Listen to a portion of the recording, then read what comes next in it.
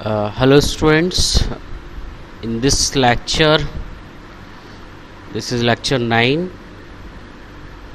In this lecture we are going to start with the topic is introduction to delay and the transient response. So basically this is the unit 2. In previous lecture we have finished the unit 1 and today we are going to start the unit 2. So unit 2 we are going to start with the introduction to delay and the transient response. So let's talk about the introduction to delay. Okay, so basically what is delay? Now the question is, what is the delay? In previous lecture I have already told you about the delay. So let's take an example. Okay, previous lecture में हमने ये example किया था. We have designed a half adder circuit. Okay so उसके लिए हमने क्या किया था, we design a logic diagram using with gate. Okay so we have taken over there X A and B are your inputs and sum and carry are your output. So let's we have A and B, these are the inputs and sum and carry your output. Okay, so if you have remembered, तो हम क्या कर रहे थे, we have taken the all the combination of A and B, 0 0 0 1 1 0 and 1 1. Okay, so according to when we have added A and B, sum is 0, carry is 0, sum is 1, carry is 0, this is 1, this is 0 and this is 0 and this is 1. Okay, that was the truth table of the half adder. So let's, अगर हम ये वाला एक for example एक combination लेते हैं, let's the value of a is 0 and b is 1. Okay तो क्या हुआ, आपने इनपुट पे क्या दिया, a को 0 दिया एंड b को 1. So obviously when if you are giving b equal to 1 तो b डायरेक्टली 1 तो नहीं हो जाएगा, b जाएगा कहाँ से, 0 to 1. ओके सो जब 0 से 1 जा रहा होगा, इट विल टेक टाइम, कुछ नैनो सेकेंड पिको सेकेंड में टाइम लेगा कि जब वो लॉजिक 0 से लॉजिक 1 हो रहा होगा. ओके सो सेम क्या होगा, जब आपने जैसे ही a और b आपने दिया, ठीक है, तो ऐसा तो नहीं कि आपने यहाँ पे तो जैसे ही ए बी को 0 और 1 किया और आउटपुट आपको मिल गया, नहीं, it will take time to process your input signal. वो क्या जाएगा, एक्सॉर गेट में जाएगा पहले. सो एक्सॉर गेट का कुछ अपना डिले होगा, ठीक है, delay for processing your input, ठीक है. और जैसे आउटपुट आएगा, उस आउटपुट को अगर आपका आउटपुट टर्मिनल पे पहुंचाना है, उसे डिस्प्ले कराना है, तो वहाँ तक जाने में भी टाइम लगेगा. So it will take time. So ऐसा नहीं होता कि आपने तुरंत जैसे ही दिया और लेट्स सी आपने T1 टाइम पे दिया तो T1 टाइम पे ही आपको आउटपुट मिल जाए. It will take time in nanosecond और picosecond. So that is your delay, कि इनपुट को प्रोसेस होने के बाद आउटपुट तक पहुँचने में कितना टाइम लग रहा है, that is your delay.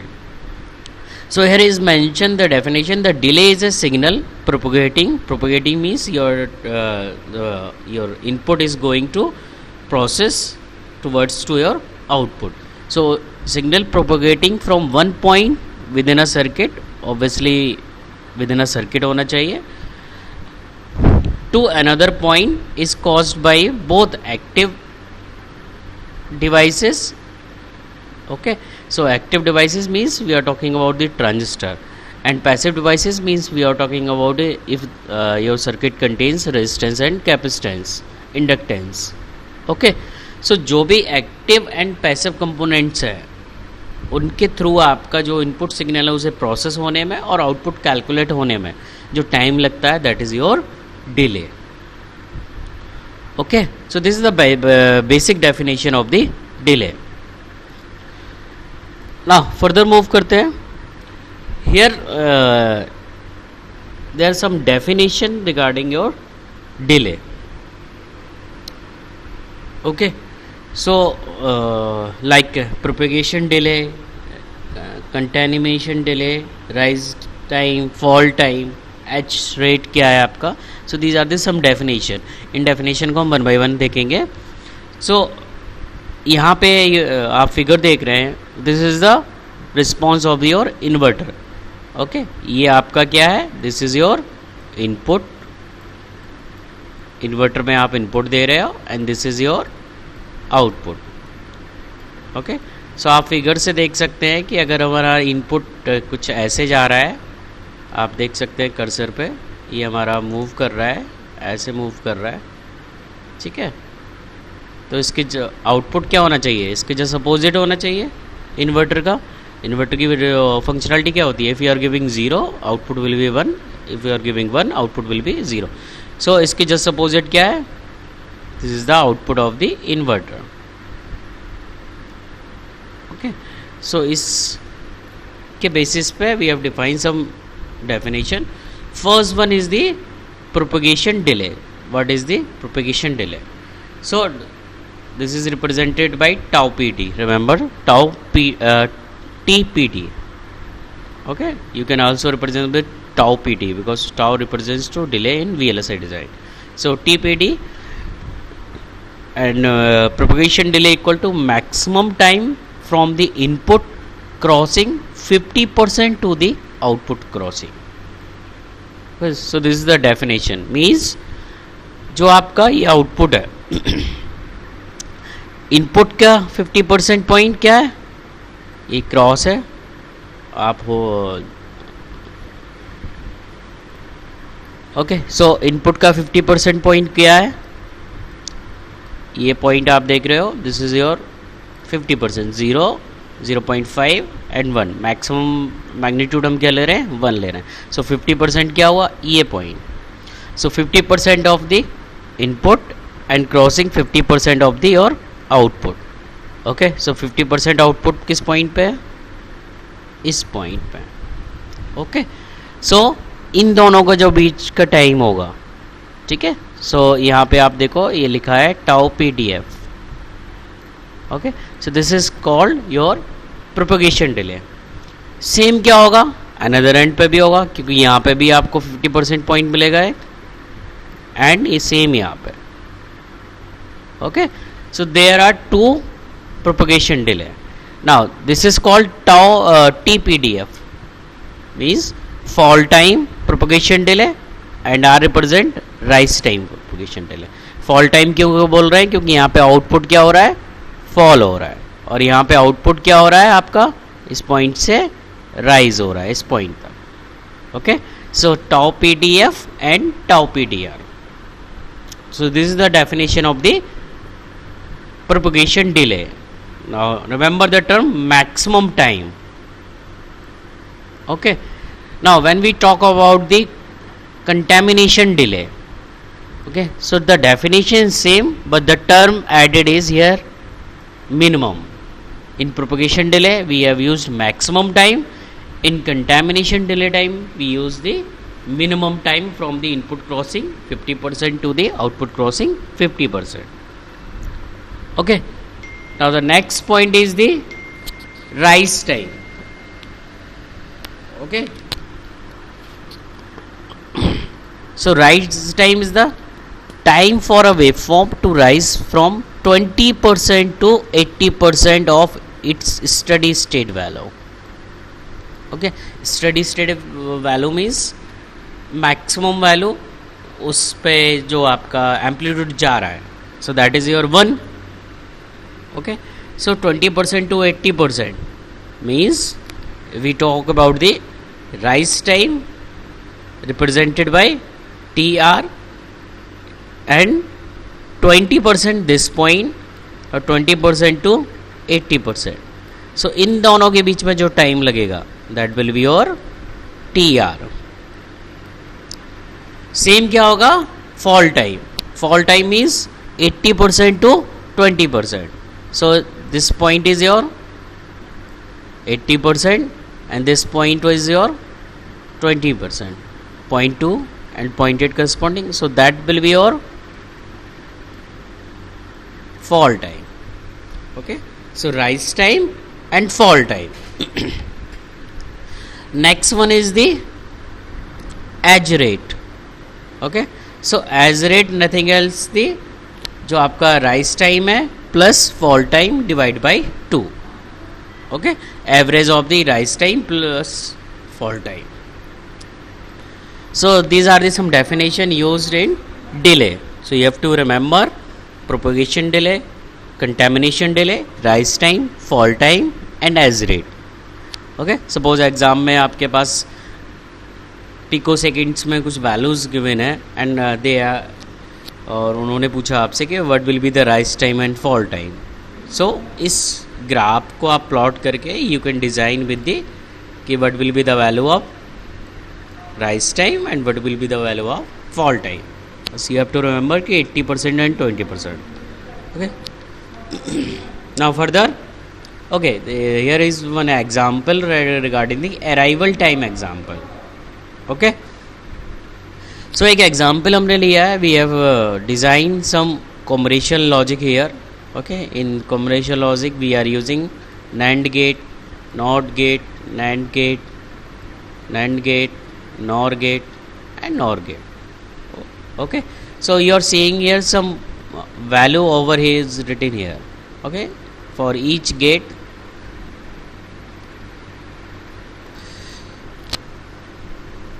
there is some value for every gate. Okay, so here means ये वैल्यू जो लिखी है, ये वैल्यू क्या लिखी है कि जब भी इसके पास इनपुट आएगा इस NAND गेट के पास, ओके, तो इस NAND गेट को प्रोसेस करने में this is taking 30 nanosecond. Let's see all the values are in nanosecond. So और take pico second because nano will be high. So let's see कि 30 पिको सेकेंड इस gate को लग रहा है. सो इंडिविजुअली क्या किया हमने, सारे गेट्स का यहाँ पे मेंशन कर दिया कि कौन जो भी लॉजिक गेट्स हैं वो कितना अपना इंटरनल डिले ले रहे हैं. Now we have mention over here some also delay A0, A1, A2, A3, A4, A5, A6. okay, so the value of A0 is 20, means this I0 will take 20 picosecond to from starting this point to this point. okay, means इस I0 को input को इस starting point से इस gate तक पहुंचने में कितना टाइम लग रहा है, 20 पिकोसेकेंड्स. सेम इस I1 को इस एंड तक पहुंचने में कितना टाइम लग रहा है, 30 पिकोसेकेंड. Same for this I2, it is taking 50 picosecond from this point to this point. Okay, so we have mentioned all the delay, wire delay from starting initial point to the at the logic gate. Okay, now we have to find out the what will be the arrival time, okay, and required time. So there is a term mentioned over here, slack. S L A C K. Okay, so slack means the difference between the your arrival time and the required time. Okay, suppose जब भी हम एक circuit design करते हैं तो we have define कि इस input को इस एंड तक पहुंचने के लिए इतना टाइम रिक्वायर्ड. ओके, और एक्चुअली में वो कितना टाइम ले रहा है, arrival time. So the difference between known as the slack time. Okay, so whenever this value of slack is positive, okay, positive अगर है हमारे पास इस स्लैक के वैल्यू, तो मीन्स क्या हुआ, जो हमें रिक्वायर्ड टाइम था उसके अंदर ही हमारा क्या हो गया, जो भी इनपुट है वो आउटपुट पर प्रोसेस हो गया. When ever this slack is negative means जो अराइवल टाइम है वो ज़्यादा है रिक्वायर्ड टाइम से. ओके, सो जब भी हम डिज़ाइनिंग करते हैं तो वहाँ पे हम we use this term positive slack and minus slack. Now यहाँ पे हमें क्या करना है, we have to calculate the arrival time की, क्या अराइवल टाइम क्या है. सो सबसे पहले हम यहाँ पे बात करते हैं. सबसे पहले just wait a second. Okay, so now let's see, this is taking 20 and this is like taking 30 and this is like taking 30. So remember, we use the maximum value over here. Okay, like at this point A7 point अगर हम add करें तो 20 आई not को लगेगा and 30 इसको लगेगा, तो total कितना हो जाएगा 50. But whenever we talk about the I1 और A1, यहाँ पे क्या लग रहा है 30 और यहाँ पे क्या इतना है 30, so total will be 60. So remember कि हम हमेशा वो वाला कॉम्बिनेशन लेंगे कि जहाँ पे भी मैक्सिमम टाइम में लग रहा है. So we have taken A7 is here 60.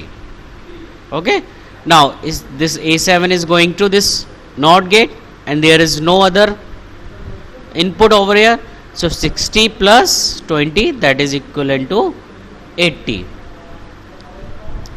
Okay, now 80 plus 30, this 80 plus 30 will be 110. Now another we have option this here, एक पाथ हमारा यहाँ से आ रहा है, so it will be 50 and plus 30 it will be 80, but we have to take maximum value, so we have chosen this A9 equal to 1190 rather than 80 value. So here what will be the value, A9 110. same in this case कि 20 यहाँ से आया 20 इधर गया, and remember 20 plus 30 will be 50, but यहाँ से कितना आ रहा है 60, so 60 plus 30 90, so we have taken is maximum value. Same here in this 20 और 50 value maximum कितनी हुई 70, so we have ignored because we have available 90 over here.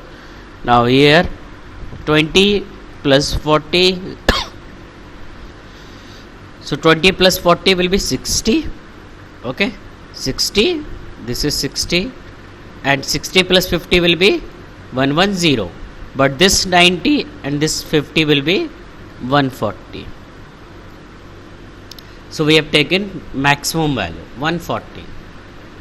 Okay, so let's see for this overall circuit 200 picosecond was the required time, but maximum time it only 140. So slack will be your 60 picosecond positive. Okay, because 200 required and maximum arrival time is 140,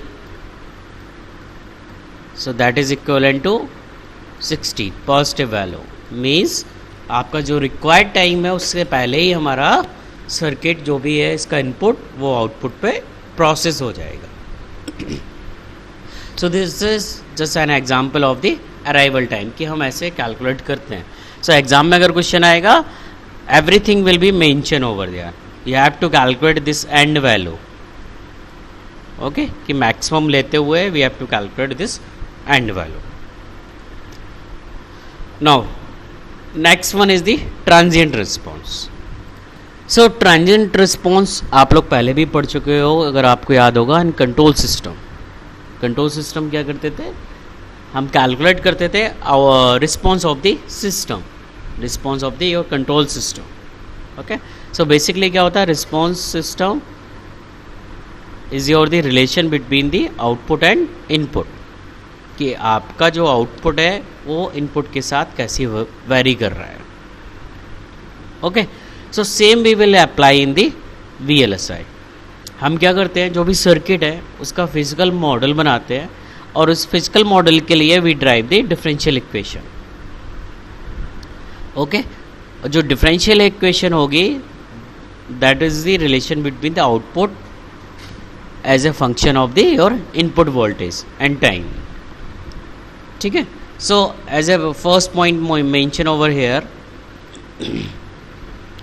the most fundamental way to compute delay is to develop a physical model of the circuit of interest. जो भी आपका circuit of interest है उसका physical model हम बनाएंगे. Right a differential equation describing the output voltage as a function of the input voltage and time.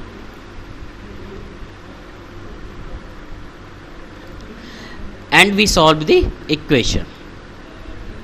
Okay, the solution of the differential equation is called the transient response of the circuit. जो भी solution आएगा that will be your transient response. Okay, and delay is the time when the output reaches VDD by 2. ये हम already discuss कर चुके हैं previous slide. Okay, now in VLSI, remember, whenever we talk about the your differential equation, means we are writing the equation. Okay, and these equation will be depending upon the your charging and discharging of the capacitor. Okay, जो भी हमारा overall capacitance है उस circuit का, उसके charging and discharging पे depend करता है. Okay, and next point, the circuit takes time to switch. Obviously हम अगर हम स्विच करना चाहें हैं, वैल्यू 0 से 1 करें, तो वो इंस्टेंटली जो है इंस्टेंट चेंज नहीं होगी. इट विल टेक टाइम, क्योंकि जो हमारा कैपेसिटेंस होता है, ओके, वो इंस्टेंटेनियसली स्विच नहीं हो सकता है. ओके, उसकी वैल्यू, क्योंकि it will take some time to discharge. Okay, so let's see if C is charged with a current I. Okay, capacitance C is charged with a current I. The voltage on the capacitor varies I equal to C into dV by dt. Okay, so from here you can see the current is depending on the your capacitance. Okay, so it is necessary to calculate the capacitance value. Okay, whenever we talk about the VLSI design, so in designing, capacitance play a very important role. Okay, because from here you can see the transfer function is also depending on the this C value. Okay, so in this next slide we have taken an example to calculate capacitance, effective capacitance for this circuit. Okay, हमने क्या लिया? We have taken two inverter. This is your CMOS inverter 1, this is a CMOS inverter 2, and we have connected together.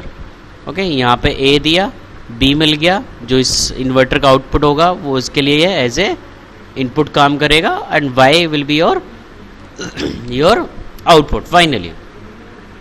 Now our motive is to calculate the value of capacitance. हमें वो value calculate करनी है, because we want to calculate the your overall equation at this point. B point पे हमें calculate करना है. Suppose we want to calculate the delay on B point. Okay, so सारा हमारा इंटरेस्ट किस पॉइंट पे है? इस बी पॉइंट पे. Okay, so these are the capacitance you can see in figure B. Okay, हमारा इंटरेस्ट कहाँ पे है? इस B पॉइंट पे कैलकुलेट करने का.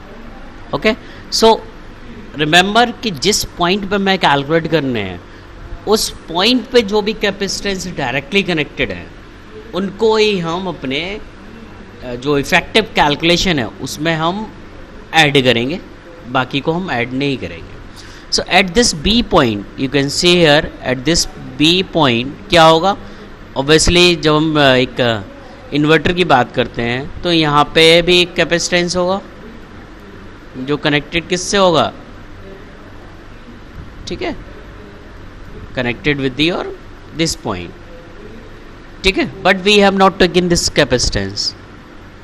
जो ड्रेन से, जो भी आपका ड्रेन होगा वो उससे सोर्स से कनेक्टेड होगा, but we have not taken this because we are interested over this point.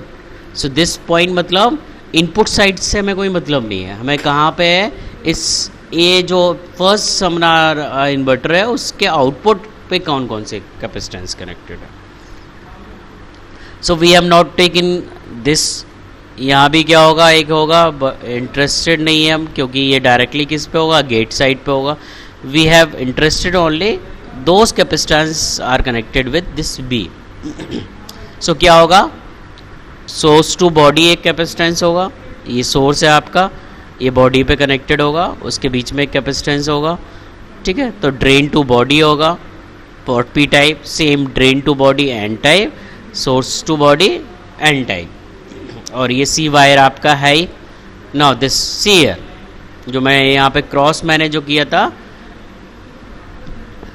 यहाँ पे देख रहे हैं हम gate capacitance, gate to source means अगर हम इस सेकंड वाले इन्वर्टर की बात करें तो इस वाले इन्वर्टर के लिए क्या होगा, ये हमारा गेट साइड पे जो भी कैपेसिटेंस होंगे वो डायरेक्टली कनेक्टेड किससे होंगे, इस बी पॉइंट से होंगे।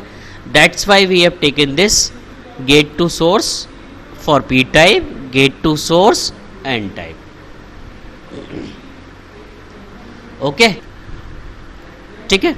सो overall now remember one more point कि वो कैपेसिटेंस जो डायरेक्टली किसी कांस्टेंट वोल्टेज से कनेक्टेड है उनको हम अपने जो कैलकुलेशन है उसमें पार्टिसिपेट नहीं करेंगे, ठीक है। For example in this figure B, this capacitance is directly connected, ये वाला पोर्शन क्या होगा, VDD।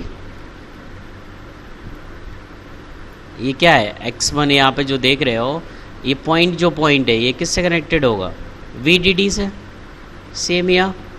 सो ये जो ऊपर वाला हमारा कैपेसिटेंस है डायरेक्टली किससे कनेक्टेड होगा, VDD से। सेम ये वाला जो कैपेसिटेंस है ये डायरेक्टली कनेक्टेड किससे होगा, ग्राउंड से कनेक्टेड है। आप यहाँ पे देख रहे हो ये भी ग्राउंड है और ये भी ग्राउंड है। So these two are the constant value जो हमारे 5 वोल्ट एंड ग्राउंड से कनेक्टेड है। So we will not take these two also. Okay, so हमारे पास बचा क्या, एक ये बचा, एक ये बचा, एक C wire and these to.